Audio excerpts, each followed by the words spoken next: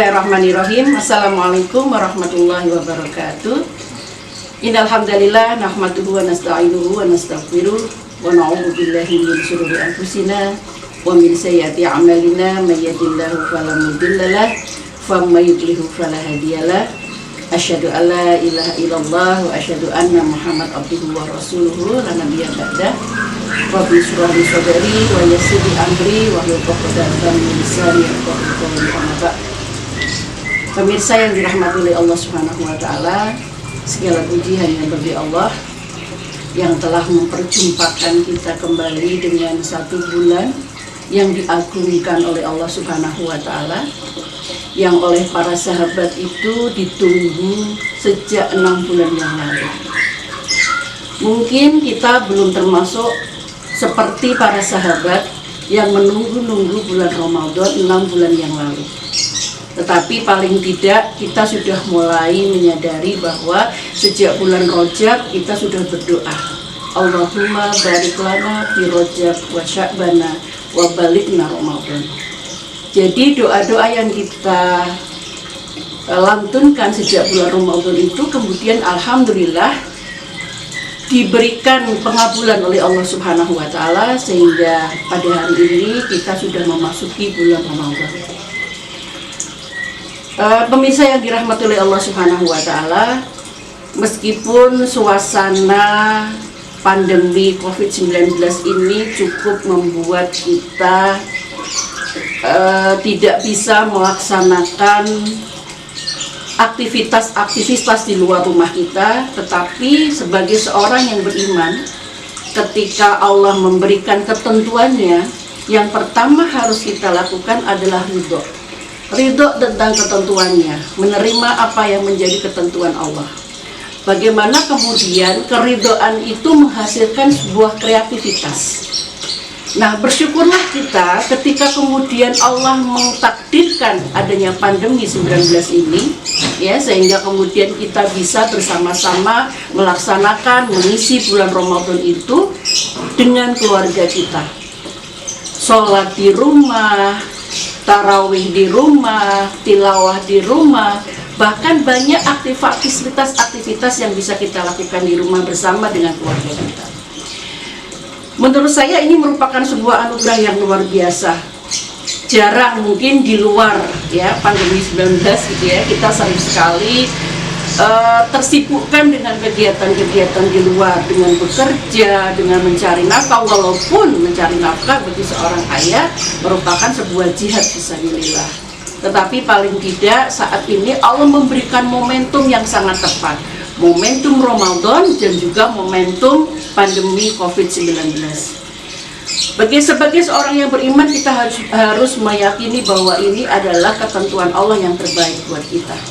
Oleh karena itu, mari kita manfaatkan sebaik-baiknya bulan Ramadan ini dalam rangka mensolidkan keluarga kita, ya, menyamakan persepsi, menyatukan hati pada keluarga kita, untuk anak-anak kita, untuk pasangan kita. Dan ini kesempatan yang jarang, bahkan ini kesempatan yang sangat kita rindukan, tidak hanya di dunia tapi di akhirat kelak. Pemirsa yang dirahmati oleh Allah Subhanahu wa taala, jadi ketika kemudian kita melakukan aktivitas kita di rumah, sebenarnya banyak kesempatan kita untuk bisa lebih dekat dengan keluarga kita. Kalau saya ditanya, sejak kapan sebenarnya pendidikan anak itu harus dimulai? Sejak kapan gitu? Dalam Islam selalu mengatakan bahwa mendidik anak itu sejak memilih pasangan. Ya, bahkan dulu sahabat ada yang datang kepada Umar bin Khattab melaporkan anaknya kalau anaknya itu tidak baik, anaknya tidak sopan terhadap ayahnya. Kemudian sang ayah mengatakan kepada Umar, dan beberapa kali bolak-balik gitu ya, karena Umar mengatakan sudah selesaikan dulu gitu, sampai 3 kali. Kemudian ketiga kalinya ini ayah kenapa datang kepada saya terus gitu ya. Kemudian Umar menyampaikan bahwa coba datang ke sini, anakmu bawa ke sini. Nah, kemudian sang ayah mengantarkan anaknya yang dalam tanda petik tadi dia mengatakan bahwa nakal sekali gitu. Kemudian ditanya oleh Umar, hai anakku, kenapa engkau tidak memperlakukan dengan baik ayahmu begitu? Bahkan kau tidak sopan dan tidak berbakti. Kemudian jawab sang anak itu apa? Karena aku tidak mendapatkan hak-hakku terhadap ayahku. Engkau ingin tahu ya Amirul Mukminin? Maka anak itu menyebutkan 3 hal. Yang pertama, dia tidak mengajarkanku kepada akidah. Yang kedua, dia tidak memilihkan ibu yang baik untukku. Dan yang ketiga, dia tidak mengajarkan Al-Quran kepadaku. Saat itu kemudian Umar menyampaikan, ini loh ternyata. Dari pelajaran seperti itu ternyata, kenapa kemudian Islam mengatakan mendidik anak itu sejak memilih pasangan. Karena dari orang-orang yang solih, dari pasangan laki-laki maupun perempuan yang solih, maka dia akan berusaha untuk menciptakan, untuk membangun keluarga itu sehingga melahirkan generasi-generasi yang tentunya jauh lebih baik daripada mereka berdua. Ya, jadi ini yang menjadi konsentrasi Islam. Nah, kemudian sepanjang apa kita harus mendidik anak-anak kita? Pertanyaan yang kedua adalah begitu, maka kemudian Islam menjawabnya sepanjang hayat kita. Bahkan Rasulullah itu menyampaikan ketika dalam kandungan, ya, kemudian ketika dia usia 0 sampai 7 tahun, bagaimana memperlakukannya. Ya, kalau Ali bin Abi Thalib mengatakan seperti raja, ya. Nanti secara teknis memang berbeda ketika kita mendidik anak-anak kita pada usia 8 sampai 15 tahun. Kalau kata Ali bin Abi Thalib itu seperti tahanan. Ya, seperti tahanan bagaimana? Menanamkan nilai-nilai dan kedisiplinan itu terjadi pada usia 8 sampai 15 tahun. Kemudian setelah 15 tahun ke atas hingga dia menikah, hingga dia menikah itu sebagai teman. Jadi perlakuannya berbeda. Bahkan kalau ditanya apakah kemudian setelah menikah kita masih mempunyai tanggung jawab mendidik anak? Iya. Hanya saja bentuknya berbeda. Tidak seperti raja, tidak seperti tahanan, tidak seperti teman, tapi senantiasa menyertai mereka dengan doa-doa. Termasuk nanti ketika dia lahir, kemudian dia menjadi anak-anak dan dewasa, bahasa kita melumuri mereka dengan doa-doa kita. Maka dalam Islam ada 3 prinsip, ya, di dalam mendidik putra-putri kita. Ya, yang pertama adalah teladan. Ya, teladan ini sangat penting sekali. Ya, walaupun saya sering mengatakan berbicara soal teladan ini, kita orang tua, ibu dan ayah itu bukanlah malaikat. Mereka adalah manusia, kita adalah manusia yang tentunya banyak sekali kesalahan yang menempel pada kita. Bahkan Ibnu Abbas mengatakan seorang yang beriman itu selalu membawa dosa yang nantinya akan terus dia bawa sampai mati, kebiasaan-kebiasaan itu. Maka tarbiyah imaniyah, maka takut kepada Allah, banyak beristighfar, itulah yang kemudian bisa mengurangi bahkan mungkin menghilangkan sifat-sifat buruk kita yang menempel. Nah, kembali kepada persoalan, jadi ketika kita bicara tentang teladan, kita berharap bahwa kita lebih berhati-hati ketika kita berlaku di hadapan anak-anak kita. Ya, tetapi sekali lagi kita bukanlah malaikat yang tidak punya salah. Tapi pastikan bahwa kesalahan yang kita lakukan di hadapan anak-anak kita itu kemudian mendapatkan solusi.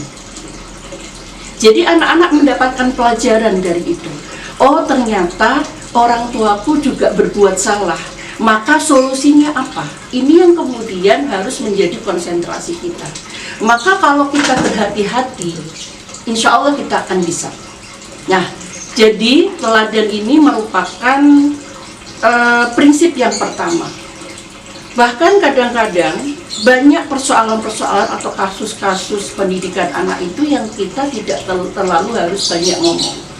Kita cukup memberikan contoh. Contoh nih, ketika anak-anak ingin sholat, kita tidak usah berteori, apalagi di usia 0 sampai 7 tahun. Kita tidak akan bisa berkata-kata banyak. Bahkan sampai bahkan hampir di semua jenjang usia kita kadang-kadang mengurangi perkataan yang tidak bermanfaat. Ya cukup kita melakukan sholat, misalnya sholat tepat waktu, di awal waktu, kemudian kita menjadikan hari-hari kita, itu sudah merupakan sesuatu yang sangat dicerna oleh anak-anak kita. Kemudian prinsip yang kedua adalah doa. Nah ini yang selalu Allah sampaikan di dalam Al-Quran. Bagaimana Nabi Ibrahim alaihissalam jauh sebelum beliau mempunyai putra, beliau berdoa kepada Allah agar anak keturunannya terbebas dari menyembah berhala atau syirik. Maka dikabulkan. Ya, Quran surat Ibrahim ayat 40. Ya, ini kemudian ya Allah jadikanlah anak keturunanku senantiasa melaksanakan sholat, maka kabulkanlah doa. Ini yang kemudian dalam bahasa tafsirnya yang pernah saya baca, ini mengunci, bayangkan doa itu mengunci semua kelemahan dari orang tua. Kadang-kadang tidak semua orang tua memahami ilmu psikologi, tidak semua orang tua memahami ilmu-ilmu pendidikan anak. Tapi ketika dia menjadikan Allah, menjadikan satu-satunya sandaran dalam mendidik putra-putrinya, bahkan kemudian dimanifestasikan dalam doa-doanya, dalam setiap sujud panjangnya, maka insya Allah kesalahan-kesalahan atau bahkan pembelajaran nilai yang harusnya disampaikan, kadang-kadang kita sebagai orang tua itu suka nggak tahu ini. Maka cara yang paling mudah adalah kita bertanya kepada Allah dengan doa-doa kita, dengan permohonan kita, maka kita akan diberi petunjuk oleh Allah Subhanahu wa Ta'ala. Ini menurut saya tips yang luar biasa. Ya, Al-Quran sudah memberikan banyak gambaran tentang ini. Bagaimana Yusuf alaihissalam dengan doanya. Ya. Kemudian yang ketiga adalah ini bentuknya adalah nasihat. Ya, teladan itu penting. Kemudian doa itu penting. Tapi ternyata perlu dikonfrontir ini. Perlu ini bentuk bentuknya narasinya bagaimana. Anak kadang-kadang kalau hanya kita melihat ternyata ibuku selalu tilawah, ibuku selalu sholat, ibuku selalu mengerjakan kebaikan. Tapi ini perlu adanya nasihat-nasihat yang diberikan kepada anak-anak kita. Nah, pemirsa yang budiman yang dirahmati oleh Allah Subhanahu wa Ta'ala, Ramadan adalah waktu yang sangat tepat untuk kita bisa melaksanakan 3 prinsip pendidikan Islam ini. Bagaimana setiap harinya anak berkumpul dengan kita, artinya jadi orang tua kita senantiasa membersamai mereka.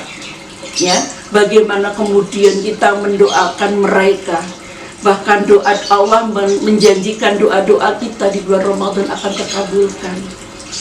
Bahkan banyak momentum-momentum nasihat-nasihat yang bisa kita lakukan saat kita menunggu berbuka, saat kita mungkin ada teman-teman yang bisa melaksanakan sholat berjamaah di rumah, kemudian ada sedikit ngobrol bersama. Kalau istilah saya nggak kultum ya, karena memang kita lebih senang bincang-bincang saja. Kita bahas, kita ngobrol apa, mereka mengungkapkan isi hati mereka. Nah itu nasihat. Nah, Ramadan kali ini luar biasa. Yang kadang-kadang saya berpikir, apakah tahun depan saya masih bisa kita melaksanakan Ramadan seperti ini yang begitu indah, kebersamaan dengan keluarga, kebersamaan dengan orang-orang yang kita cintai. Oleh karena itu, pemirsa yang dirahmati oleh Allah, mari kita gunakan bulan Ramadan ini menjadi madrasah buat diri kita, madrasah buat anak-anak kita, madrasah buat keluarga kita, madrasah buat orang-orang yang kita cintai. Tidak ada hal yang terpenting kecuali kemudian kita bisa menjadikan Allah sebagai segala sesuatunya. Segalanya adalah Allah. Maka berusahalah kita semuanya kembali kepada Allah Subhanahu wa Ta'ala. Semoga ini bermanfaat, semoga kita bisa menjalankan istiqomah hingga akhir bulan Ramadan bersama dengan keluarga kita. Saya akhiri, Assalamualaikum warahmatullahi wabarakatuh.